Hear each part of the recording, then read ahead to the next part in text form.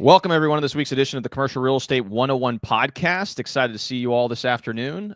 Today, we have a buddy of mine out of Florida. Actually, we got connected through Tyler Cobble's mastermind down in Birmingham, Alabama.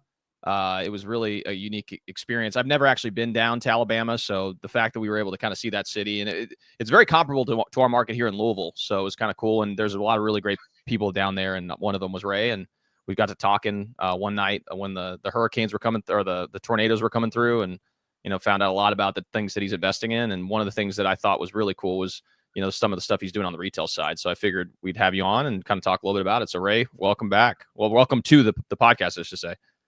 Thank you, man. Appreciate you having me on, man. It was definitely a great event. It was my first event with the mastermind, and I had a lot of fun, man. I met a lot of cool contacts out there, and obviously didn't get a chance to tool around Birmingham, but besides the hotel and around there. But yeah, I'd definitely like to go back and check it out for sure. Yeah, we had some brews in the in the hotel lobby when the tornadoes were coming through, which was yeah, that's right.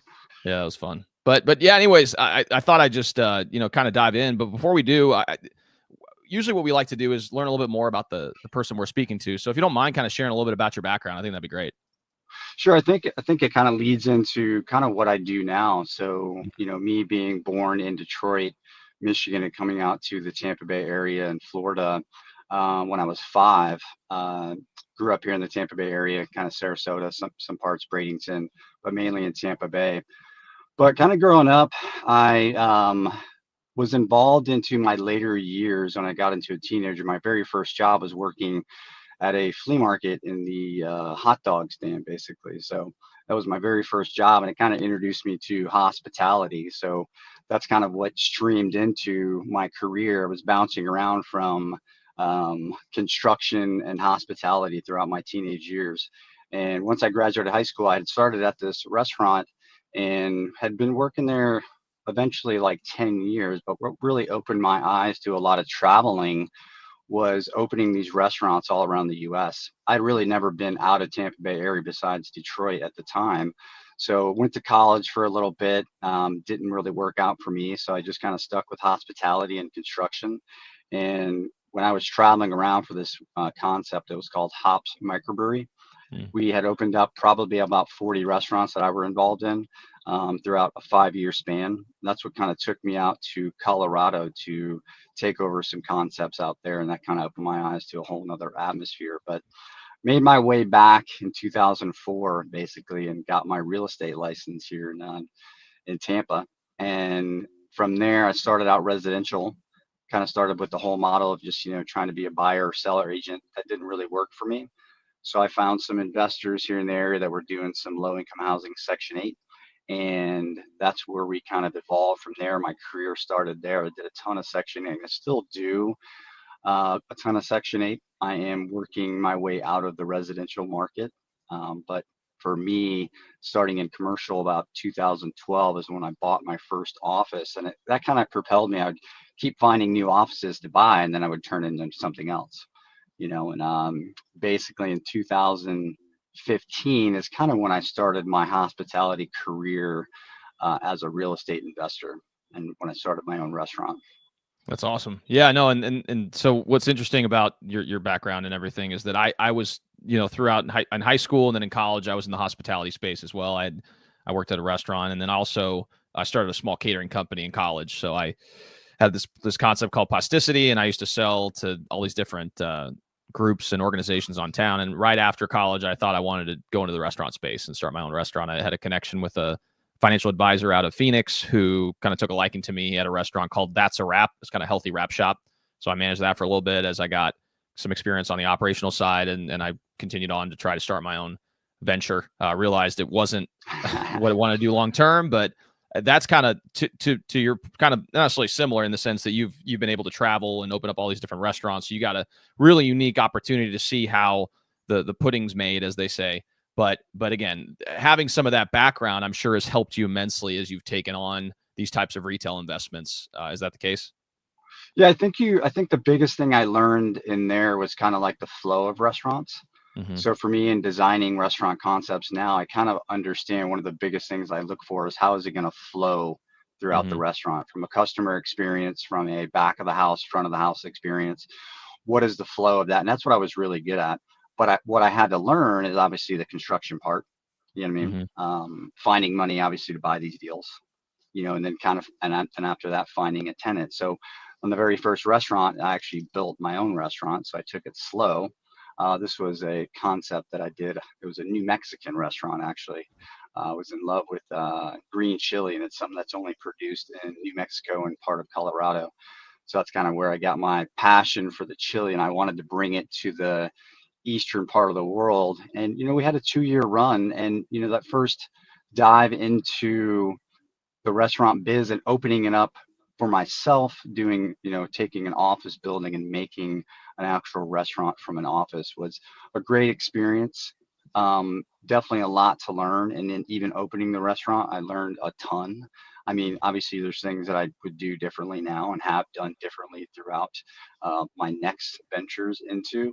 Um, Crazy story is we had opened up, and the chef that I had hired, you never know how anybody's going to react to an opening and the pressure that goes along with it. For me, I'm used to it, but I didn't know with my chef that I hired, great cook, by the time we got to setting a date to open, he disappeared. So chef was never there for the opening. Ray was in the back of the house doing all the work and had to literally shut down on a Saturday with a line down the road because we ran out of food. Yeah. Uh, I remember you mentioning that. And to your point, I mean, when you start getting into the restaurant space, it's not necessarily just can you cook a good meal? It's you have to have the pieces in place to support the overall operation. A lot of people who I work in a lot in the retail space on the brokerage side, and the entrepreneurs that want to start a restaurant because they love food and they like to cook are usually the ones who don't make it all that long because they don't really think about the implications of running the front of house, understanding the back of house. Then when you talk about pressure, there's morale that you have to maintain within the organization, and there's internal conflict that comes up. So it's really a people business, not only on the customer facing side but also on the back end side. So it's definitely a unique experience that you've gained from that. Now, one thing I was kind of curious about is you referred to buying the office and then deciding, okay, well, let's convert this into a restaurant. So can you kind of walk us through how you came to the conclusion that number one, this is a use that could actually go in there, and two, why you thought it would be a good opportunity? Yeah, it's crazy. I never dreamed of even opening my own restaurant at that time. I was just going to move my office, and there was a multifaceted building where I had an office in the front, and then I had a house attached to the back, which were two Mm, units, two separate units, so three total units. The city does a program called a cafe scale retail, mm, and what you can do is anything below 1,200 square feet, they waive like your impact fees, your parking. So I'm like, all right, well, this building's 1,000 square feet, so it fits within that realm.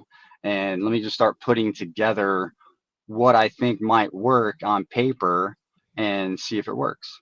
mm-hmm, What ended up happening is I had joined the apartment in the back to make a back prep area. So I ended up making it closer to 2,000 square feet. mm, After the fact, I was able to join those two together, kind of like a loophole that you have in the system.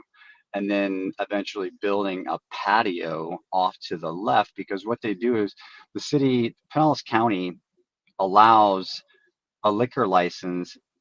They call it a SFS license. And basically, if you hit criteria, they'll give it to you for 1,800 bucks a year. And that's 51% food, 49% alcohol is what they call an SFS license.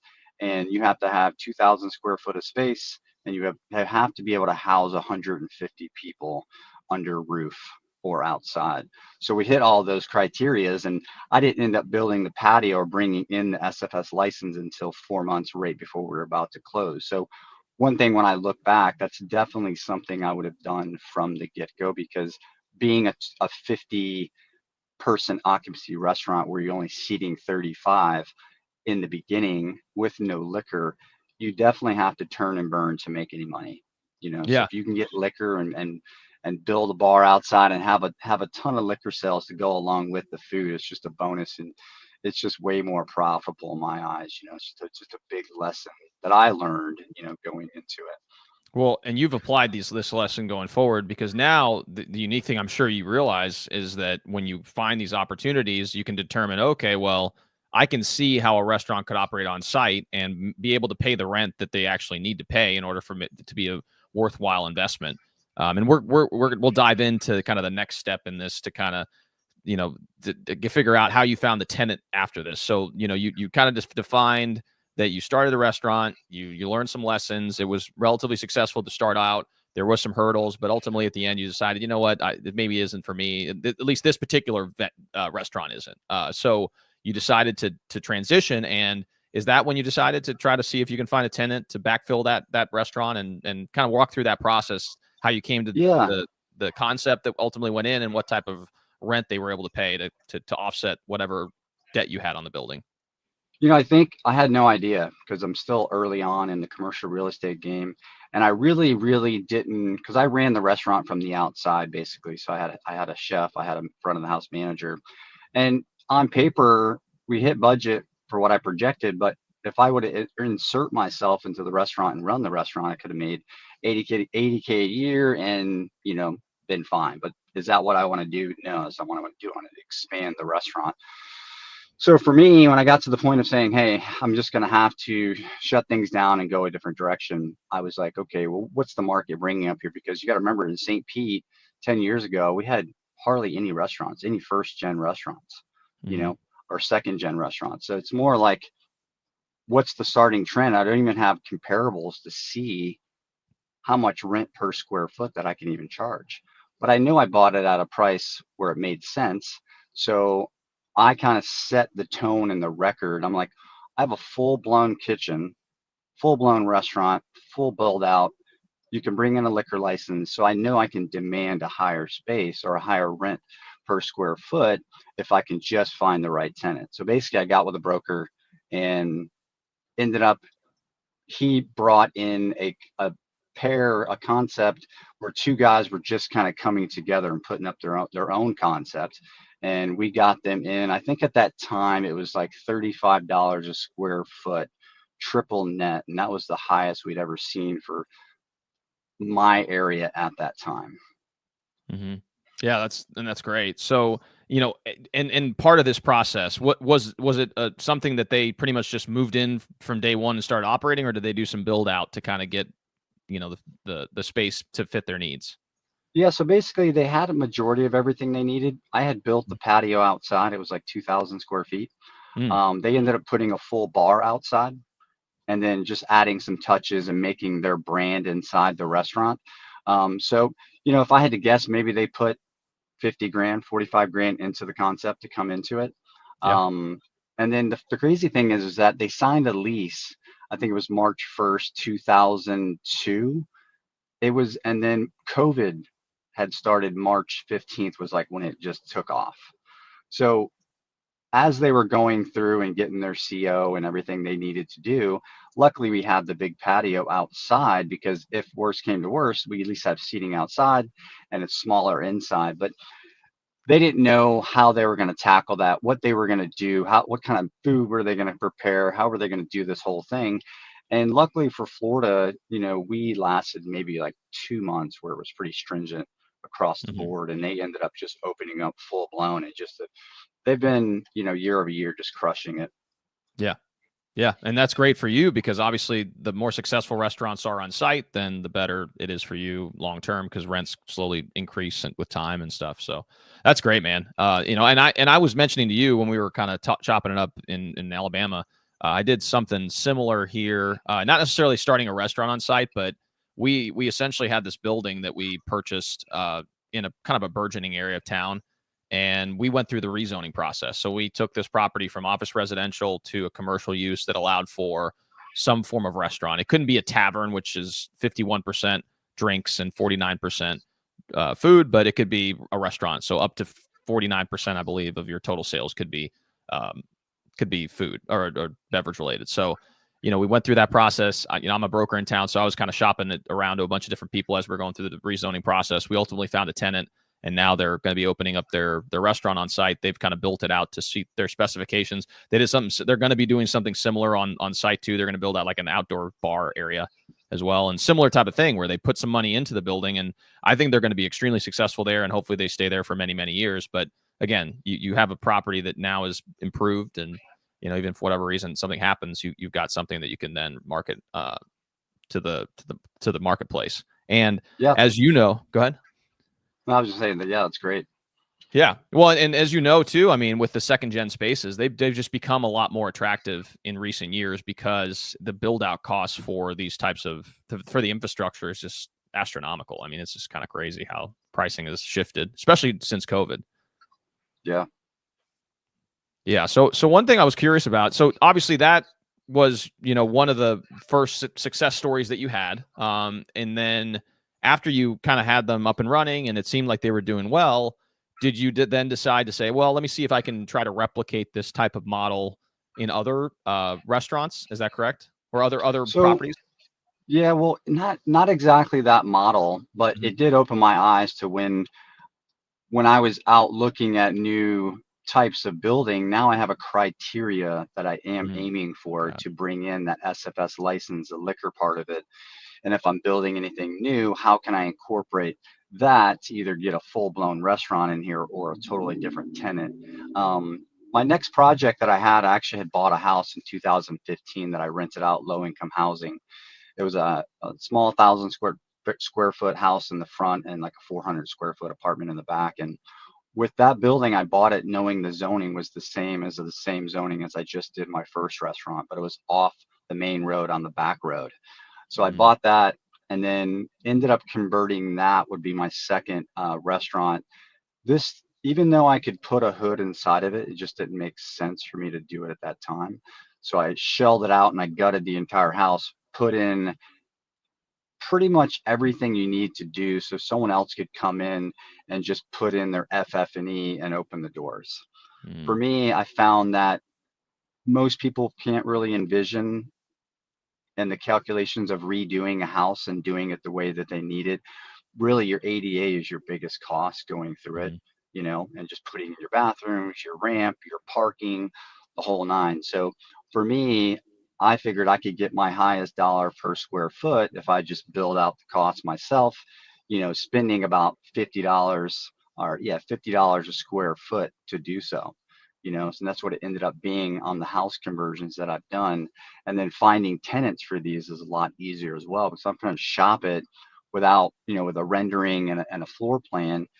Someone still has to come in and spend, 100 grand to redo the building. And I found that most tenants, it's easier for them to have money for FF&E and just open the doors right away instead of going through the drawn out process of permitting and mhm. construction and knowing construction and the whole nine. So that was kind of the model approach that I kind of took from there. That's brilliant. Yeah, no. So regarding that change, because you were mentioning that you had this residential property that you'd rented out, and then you converted it not necessarily to a restaurant space. You didn't install the hood system, but you had some of the infrastructure in place to support someone coming in and putting in another additional XYZ amount of dollars to really make it into a functional restaurant. And maybe you had some renderings or whatever else to kind of give them the picture of what it could look like. Now, through that process, was there any I don't know how it is in Tampa, but are there any restrictions on not necessarily the zoning, because obviously the zoning was supported it, but was there a change of use where you have to get kind of a plan submitted to the city about the fire escapes, and I mean just kind of being able to showcase that it is safe for the public? Is that similar, the process in Tampa? Yeah, yeah, same thing. You go through the Yeah. whole gamut. You got to Mhm. do the change of use because obviously it's a single family house that was Mhm. where the zoning was changed whatever year it was. Mhm. So and then and changing the use, it just has to fall within the perimeters of what we're looking at. So something like that with restaurant space and being, everything always comes down to parking. Mhm. That's really the biggest thing I've experienced with anything is like you need parking and you have to work backwards from parking. So for me, in restaurant space being off of Central, they offer more programs on Central than obviously being one street off of Central Avenue, where it's 1 per 1,000 is the parking requirement. So I only needed one space for the restaurant, but you also have to have an automatic ADA parking spot as well.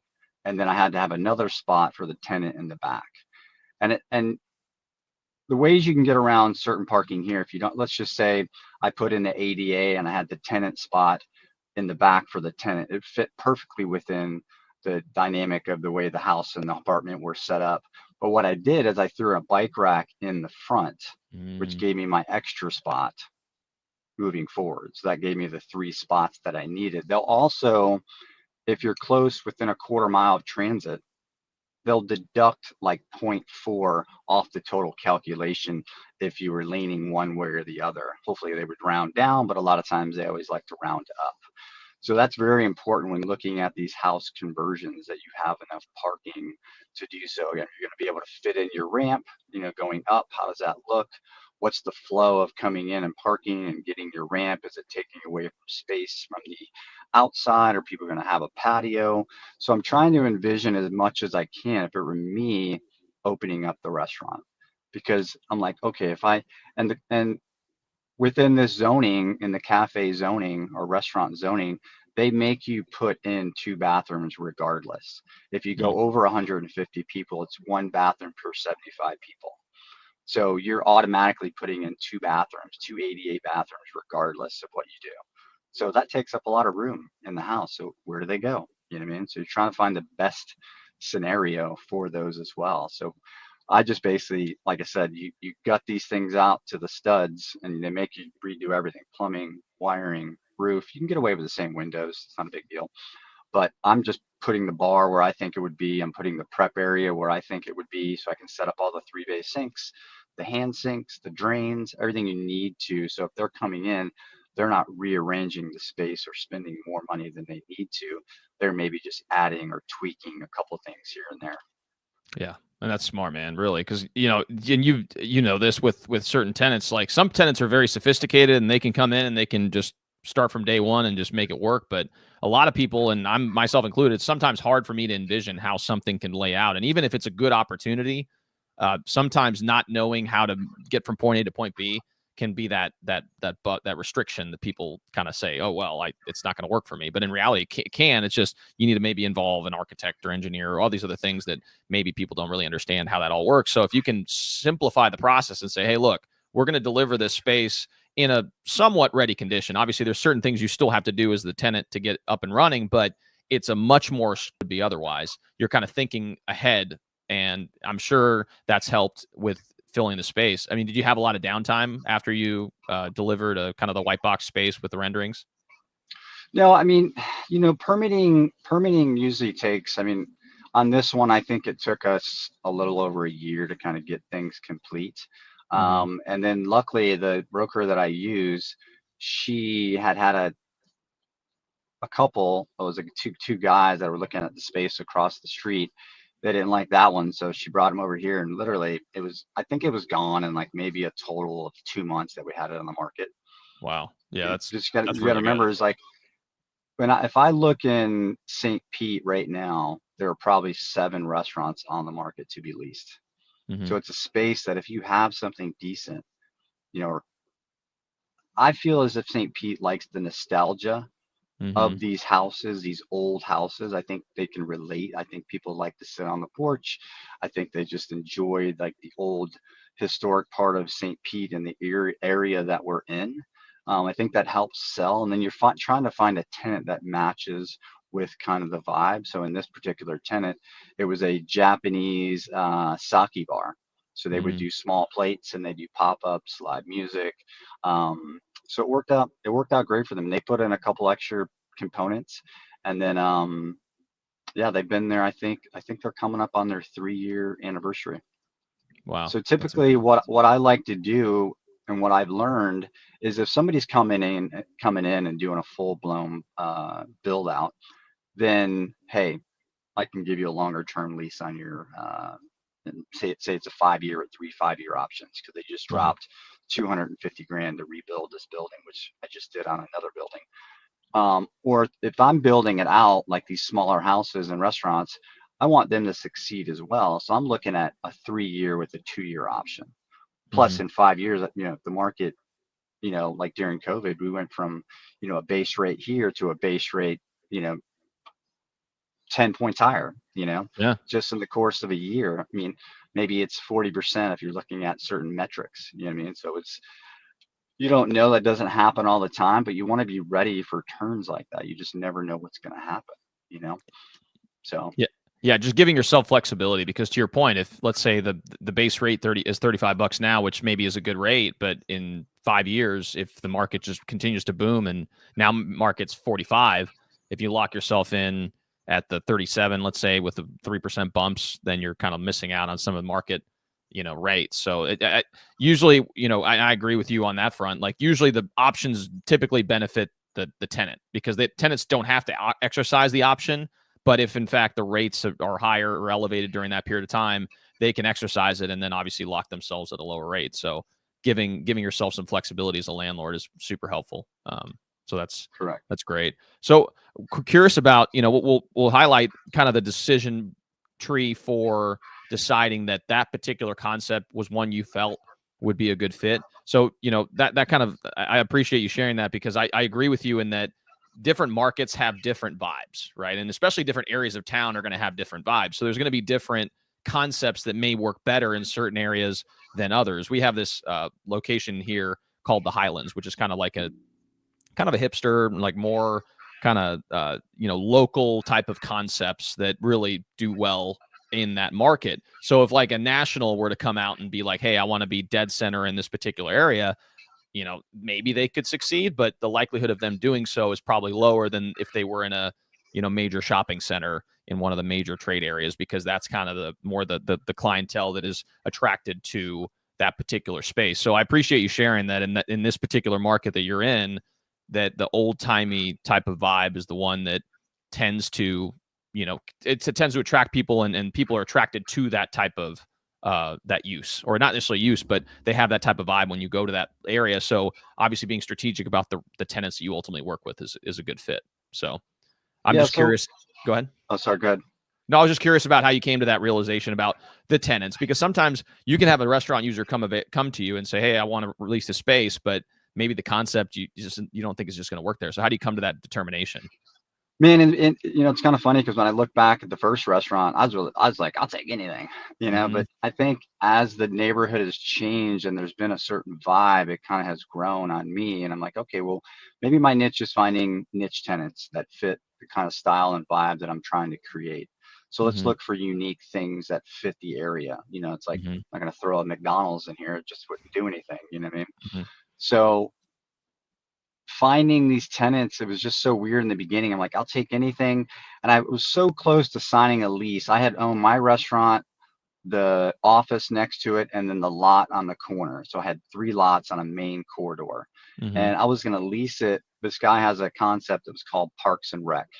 Mm-hmm. And it's basically like a kid playground, right?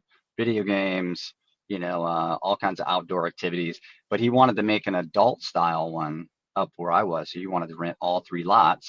Mm-hmm. And I was so close to signing. I just came to a couple things where it was just kind of non-responsive toward the end, and we didn't end up signing that lease. And I'm so happy that I didn't, because I was able to subdivide that lot at the end and sell it off. And then I was able to have my office in the other one, right? Mm-hmm. Which later, the concept of the restaurant that came, or the concept that came into my restaurant, the first one, they ended up just leasing my office. 2 years ago, we signed a lease. I gave them 9 free months of rent. They Mm-hmm. paid for the entire build out, but they don't know what they don't know. It's their first build out, right? And I gave them only 9 months and a roof. That was it. Mm-hmm. They just opened the doors last week. I mean, it looks Wow. amazing, and they've I just been bet. crushing it. You know what I mean? But Mm-hmm. it's only 800 square feet, so it made it more like it's called Slim Charmer. They Mm-hmm. made it more like a cocktail bar, which we don't. Our nightlife in this area kind of shuts down. Besides, a couple certain bars, but they wanted a higher end cocktail bar that could stay open till 11, 12 o'clock. You know. Yeah. So these tenants have all correlated together in this sector where you're creating, because you got to remember in 2015 there was kind of no vibe up here. So Mm-hmm. now that you're sensing and seeing the style of tenant that's coming in and what people are looking for, they'll pay a premium to be in this area now. That's awesome. So that was, and was that your third Was that your third concept that you were So just that was the describing? fourth one. Okay. What about the Yeah, the third? third. Let's walk through the third and fourth, because I love getting these case studies out so people can kind of see like how this could Yeah. potentially be replicated, you know? So the third one, and I live in this area as well, so I Yeah. can walk to all these concepts. So I'm out riding my bike and I saw a sign in the ground 2 houses away from me, and I'm like, oh wow, I haven't seen that on the market. So I called the lady and she answers. She's like, oh, we haven't posted it yet. She's waiting for one more thing. It's going to go online. I'm like, well, can I just make an offer? Hmm. And she's like, well, okay. She's like, what do you want to offer? I'm like, I offered, I think, exactly what she was asking. And then the next day, we are still negotiating. She still went live with the property. And I don't know to this day if she used a tool on me, which everybody uses on everybody. She's like, hey, I got another offer. You know, they're offering 450 instead of 380. And I'm Hmm. like, do you want it? I'm like, yeah, I still want it, but I want to work out some terms. I'm like, Hmm. ask the lady if she'll hold financing at 80% and I'll put 20% down. Um, she goes back to the lady. She's like, all right, well, I'm open to it, but give me some background on, the buyer. So I had told her and gave her some references about my restaurant that I opened and some other things in the area. And the lady, her wife, who ran the office at this particular location, used to love my restaurant, and she had always wanted to see a cafe in that building. So Hmm. it's a crazy story. We ended up inking up the deal. She held a note for 3 years at 7%. That was 3 years ago, so I just paid her off. I ended up about a year and a half on this one, just kind of slow rolled the renovation on this one. It was a little bit bigger, 1,200 square feet, but this zoning was actually called what they call mercantile. And Hmm. mercantile is mainly retail, but they allow 25% of it to be a small bar. So, for example, say you're a wine bottle shop, but you have a small bar where you can serve some of your wine people can taste wine, and you can have small plates as well. So ended up, like I said, closing the deal. And this one particular, when I drew out the plan, I could only show, I think it was 6 total seats on the plan.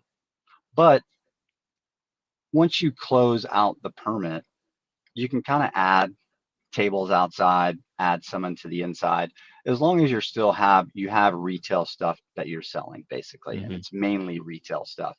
So that ended up working out. I found a tenant, I think within the first 3 months. It's called Pistol House. And what they Hmm. are is a flower wine bar. So flowers are supposed to be first, that's your retail. And then they're a wine bar after that with small plates. And the crazy thing is they're actually, I asked them this, it's been about a year since they opened. And right now their sales are 50% wine, 7% flowers, if that gives you like an idea of how Hmm. much they're not selling and what they are selling. So, you kind of learn as you go, even for them. This was you want to vet people coming in. And I've done the last two places, I've taken in first time restaurateurs.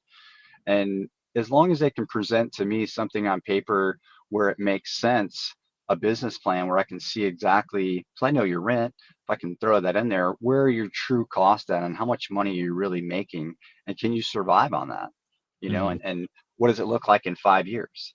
So luckily for them, they've doubled their projections the first year in this Pistol House flower shop. It's a husband wife team because a lot of these restaurants, typically you have to be the owner operator in these things the first year, 2 years until you can figure out cost and then hire from there. So I've seen them had great success. They fit the neighborhood, the vibe. And again, I think this nostalgia of this house has a larger porch, wide open concept. I think it, and then a bunch of picnic tables on the outside. But I think this look was probably one of my favorite looks outside of the first restaurant that I did as far That's as a awesome. house conversion. Yeah. Oh, yeah, and then you already had a couple experiences with it, so you've kind of Yeah. taken all these lessons and said, okay, well, now in the next project, we're going to go ahead and try to see if we can do something a little slightly different. And yeah, and I appreciate you sharing the logic behind kind of understanding the how the tenants could potentially be successful on site. So you request a business plan. There's probably some projections in there about revenue. Do you have like a range that you kind of want to see it be in. So, a lot of my restaurant users, I'll say like 8 to 10% is kind of where you want to be as far as rent. I don't know if that's what you typically like to see, or if you're, Yeah, depends, I guess. I think that's pretty average. Yeah, I'm looking at gross revenue, net revenue, you know, is what they're making at the end of the day enough to support where they're at? You know what I mean? sure. And then obviously being the first year, what type of, you know, assets do you have? How much do you have in the bank? Can you support a year of loss? All Hmm. these different things you're kind of looking at from the back end and saying, hey, okay, well, I just don't think this is going to be a fit. You could weed people out pretty much by going through the application process in the beginning. But if you got someone close, then you're like meeting them and just kind of getting a feel for them as people. Like, Hmm. what are they passionate about? It's just, they ready to dive all in and just take this risk. And then, because as I think like Marcus from the group, it looks at everybody as like clients, and I Hmm. think that's customers and clients. And, that's how you have to look at it, because their success ultimately breeds your success as you grow, and you want people to sustain the ups and downs of the market and whatever it might be. How do we get through this together so we make sure, we're all profiting at the end of the day. Yeah, no, I couldn't agree more. I mean, because again, to your point, if they do great on site, that means they're going to keep paying rent, and everyone's going to be in a happy place. So that's great, great advice there. So, let's go over the fourth one, the four concepts you have, and then we'll kind of go over, overview of as lessons learned as far as what people can take away from this conversation, which has been really dense with information. So I think it's been great. Thank you. Yeah, so if So you I'm don't mind kind of sharing a little bit of experience on the fourth one, which I think is that your most recent one? Yeah, so that was the most recent one that had just opened the doors. And to be honest with you, this one was the easiest one because I didn't have to do anything. So Great. on this, lessons learned for me were great. There's none really to learn, but for the tenants and the people and the two guys, because what happened was, since that office building adjoined the other restaurant, what Hmm. they did is they carried over and just called it an extension of the Mm. current restaurant. So So they what were that already your allowed tenant. them, They were already your yeah, tenant. They just moved. Got it. Got correct. So they just said, hey, we're going to extend Wild Child, it. that's the Hmm. name of the restaurant, on paper, Hmm. so we can use the liquor license in this concept as well. And that's Got kind of how it works, but you still named it something different. But they have to work within the confines of 51% food, 49% alcohol in both of the concepts, So they can and I think, distribute, but they can distribute that. So let's say they make, 500 grand, they could assign 200 grand, 250 grand to drinks on this concept and 250 grand to drinks on that concept to offset. Is that correct or no?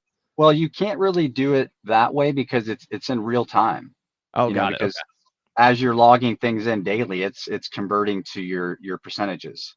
You know what I mean? Got But one trick of the trade that I saw a lot of the national chains do when they came out with this is they end up selling their liquor license for 500 grand. it. Like, Hmm. let's call it Applebee's or Outback or whatever it might be. And they would sell their liquor license and then do the SFS license, because they get Okay. 500K for the license and then pay $1,800 a year to do the SFS, which makes Mhm. sense. And one way around, kind of, let's say you get to the ratios of 51-49, you're like, holy crap, I got to figure something out because we're just crushing it in alcohol. Mhm. What I've seen people do is, instead of charging $15 for a cocktail, you break it down. Now you start charging for the ice, the straw, the Got it. mixer, Yeah. and Mhm. then your alcohol. So that gives you a little bit more room to play. It's a little more work, but obviously if you're close, you got to do something to kind of fudge the numbers. Yeah. No, I get it. And again, obviously it's a good problem to have, but it's one that you got to just make sure you're staying compliant with whatever the regulations are. So that's great. So obviously that's four that, obviously three plus one, so 3A as well. But so, outside with those lessons learned, what would you say are the top three lessons that you could provide to the listeners regarding their interest level and maybe pursuing something similar? Because another thing too, which we maybe even touch on real briefly, is that you've kind of defined that little strip of area. So now that area, I'm sure, has higher rates than it would have had if you weren't in there. So if Correct. you were to buy another property next door after that, now there's a lot more eyeballs looking at that area because it's become kind of a retail strip or a retail corridor. So there's also something to be said about building momentum in an area because it shifts people's perspective about wanting to be in that little area. So, Yeah. I mean, going back and learning things, it kind of carries over now. So it's like, what area do you want to focus in? Are you mhm, willing to take that chance in an area before it comes up? Are you willing to be the innovator to go into the area to set the vibe for what you want to see or what you think is coming down the road? And I think that has held true for me because I'm now taking what I have learned in these areas and now I'm coming further down the road to what they mhm, call the arts district. And I'm mhm, designing a restaurant in my warehouse, which they allow 25% of the total building to be a restaurant. So that gives me 1,500 square foot to design a restaurant inside my warehouse space. So I'd be the first in this area to do that inside this little cone that we deal with. It's like you have restaurants on the main street, but as you dive into like the neighborhood artsy area, there's nothing that set the tone right now in those areas.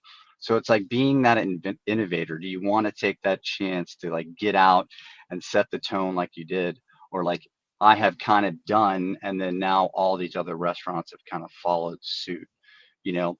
And also you don't know what you don't know, and sometimes you don't want to have analysis paralysis where you're just, you know, like a lot of people get. You just gotta pull the trigger on a lot of these mhm, things. If it makes sense, because for me, lessons learned is that know the zoning inside and out. If you want to be creative in spaces, because for me, I'm always looking for spaces to where I can fit something in that is within the zoning that nobody else is looking for. Like mhm, mercantile. Nobody, I only found out about mercantile because my architect had done it on 3 other spaces around town. I never even heard of it. So once I found that out, I was able to look at things differently, just like the SFS license. I'm able to look at properties different. How can I fit this into this shell of a building to get the highest return basically that I can see coming into the marketplace? You know what I mean? mhm. Yeah, definitely. And so, kind of leading that to that point, as far as advice on, I guess, getting that education or getting that information, obviously you've had just your own restaurant experience. Do you have anything else that you would recommend people do, like talking to the city or getting involved in some, local groups, or what would you recommend? I mean, honestly, I've listened to another podcast about this, or it's kind of like if you're looking to start into a new realm in commercial real estate, call it restaurants, how do you get that experience? Is find somebody like me. Mhm. I think Yeah. Tyler, our mastermind, is like find people that are doing it where they can take you in and then show you the process. Let's say you find a building, you come out to me, you're like, hey, Ray, I think this might fit what you're looking for. I want to be involved. I want to learn. Would you be, call it a GP on this project? Or would you do a joint venture on this project with me? And I'll run the project, or I'll learn, or I'll give you this and you give me that, or whatever it might be. I think that's important to find other people that are doing it. I'll be honest with you. I've probably been bad at doing that, even though I'm giving the advice. Mhm. Because I kind of just like to move at my own speed. I'm pretty visual. I can learn, I can read, I can kind of and visualize what I want to see in a certain spaces, that I can go around to different concepts and just ask questions. So I didn't particularly have that going into it. I learned a lot, but if you can find somebody without taking all the chances that I did to learn, because a lot of the stuff can be costly. If Mhm. you take a wrong turn, you're spending a lot more than you anticipated. If you can't fit that parking spot in to this build out, you might not be able to build the restaurant. Mhm. So I think if you want to be that creative, just understand and find other people that are doing it and know the code to be creative in certain spaces. Because anybody can go out to more of a vanilla box and kind of see more of what you want to do in that realm. if you have a big strip center with parking, you have all the parking you need. It's just finding the tenant that wants to fit and kind of be in a strip mall. Hmm. I'm just not a fan of strip malls, I guess. I Hmm. mean, there's nothing nostalgic about it really, you know, because for me it's not about the money. It's just finding, connecting, and building a legacy kind of in my area that I want to, be able to leave, you know. Yeah. Yeah. No, I mean, and it's changing streets, right? I mean, you're changing the community itself because now everyone in that little area has these concepts that are become staples. Like people stop by, they go grab a drink, they may go in and have a food or whatever else, and so you've created a new experience for people living in that community, and you could be proud of that. You could say, look, like obviously I'm not the one running the restaurants, but I made I gave them the opportunity, and I was able to facilitate them getting open for business, so now there can be a success and ultimately the community benefits. So obviously it's an important thing. So if obviously we need more people like you in different communities around the country to try to continue to change communities that they live in. So Yeah, I think it's been great. I mean, I think there's nothing more gratifying for me. You know, I walk my dog, call it 3 times a day, and I walk by a lot of these concepts daily. So it's gratifying to see something that has a heartbeat when hmm you've turned it in from one thing to the other, and it's breathing, it's living, it's producing, and people are having a lot of fun, sitting there doing whatever they're doing. So for me, that's it's good to see for sure. definitely. So as far as next steps in the future, I know you do a lot of other investing as well. What are your 3 to 5 year plans regarding investing in the retail space? So I think one of the big ones that was for me was joining the mastermind that we did. I Hmm. think it's opened my eyes to a lot of things really quick. And I think for me, I worked kind of alone Hmm. for a lot of years. I had a small team when I was really doing a lot of residential. We had a small team of 4 or 5 people. Um, but I'm always like, do I want to hire employees? Do I want to run employees? Is that what I really want to do? But what's opened my eyes now after joining the mastermind and really sitting down and thinking, and I've had this conversation with this last joint venture that I did, is that, if one of the bigger questions you get when raising money is like, okay, who is your successor? What happens when you go away, you get in a car accident, you pass away, or whatever happens to you? Who takes over? Where does Hmm. this go? How is all of our money that's invested in this project? Who's going to run the project? Hmm. They don't want to take it back. They don't want to deal with it. They're just like the bank. They don't want to deal with it. So for me, that's opened my eyes to really bringing in kind of like a mini me. Hmm. So building my team again. So I just hired an assistant back again.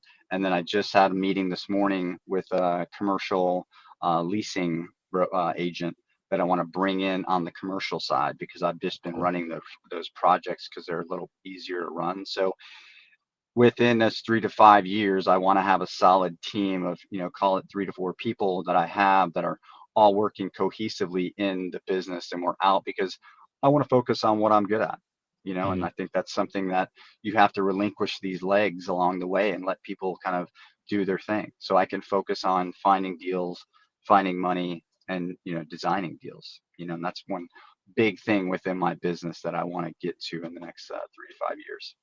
It's amazing. Yeah, and I'm sure you'll even probably eclipse that even sooner with what you've been doing. So that's awesome, man. Well, I what I appreciate wanted it. to do, what I typically like to do too with this podcast is allow people that are listening to type away. So if anyone has any questions in particular, go ahead and type away in the chat box. We'd love to get your questions answered. And in the meantime, one thing I like to ask is there anything in particular about this particular topic that we didn't cover that maybe you wanted to kind of highlight? If maybe a question that I didn't ask you that you wanted that you think would be of value to the audience? That's a good question. I'm trying to think of what we did not cover in the restaurant space. Um, I I don't know anything off the top of my head. I Mhm. don't think we didn't cover. Um, I think the biggest thing going back to is just, really understanding the direction that you want to go into the space, and Mhm. understanding what it takes. to get there.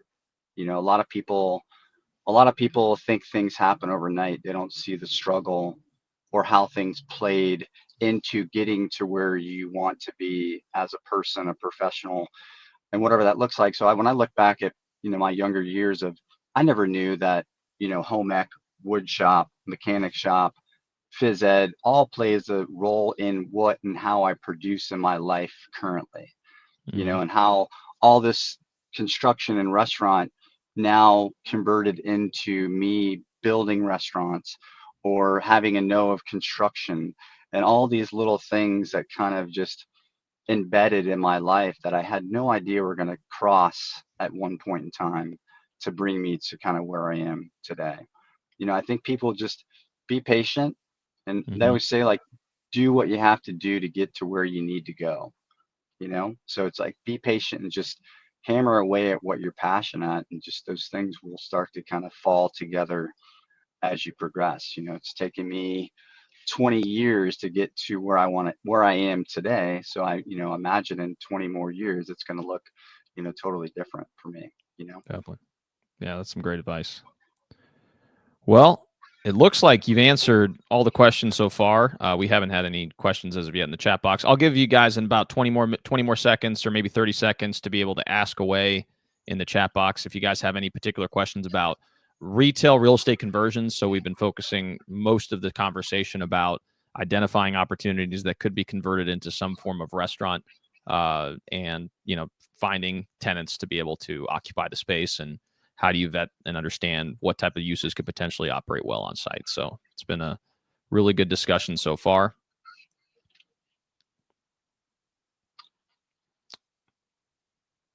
Chat away. Chat away. All right. Well, I'll go ahead and we can wrap it up. But I think it's been a really good conversation, Ray. I think, I as someone who's this is something I'm extremely interested in myself. I've been able to do something slightly similar on in my local market, and I hope to try to replicate it somewhat here locally. And I think it's an untapped, not necessarily untapped, but I do think that it's a good medium like this to be able to talk about different ways to be able to add value to commercial real estate, because you see a lot of these podcasts out there that talk about multifamily development. You talk about residential development as far as conversions into Airbnbs, but as far as retail real estate and restaurant and even industrial, which I know we went to the conference down in Alabama where we talked about flex space, like all these types of ways to be able to develop a property or bring a property to market that has a unique value proposition for a particular user that then you can help provide some value. I think that's definitely helpful. So, all right. So Will, he asks, how do you hold the GCs accountable for fit ups? Did you ever deal with cost overruns? Well, maybe that's something we didn't talk about. Yeah, that's true. Well, I I am the GC, so if anybody gets mad, I'm the one who's getting mad. So basically, what I do is I have a long-standing friend, GC, and he allows me to use his license. Hmm. So I'm the one designing everything, pulling all the permits, working with the architects. So for me, I'm the one. If anything goes over cost, I'm the one dealing with it. So I haven't had great experience in having to deal with that yet. As I progress, that's another thing I'm going to be adding to my team, is finding someone that can run the project. So that will be a thing in the future. But for right now, it would be me being angry at myself and dealing with it eternally, basically. Yeah, I'm sure that already happens, right? You're your own Yeah. biggest critic, as they say, right? Yeah. That's funny.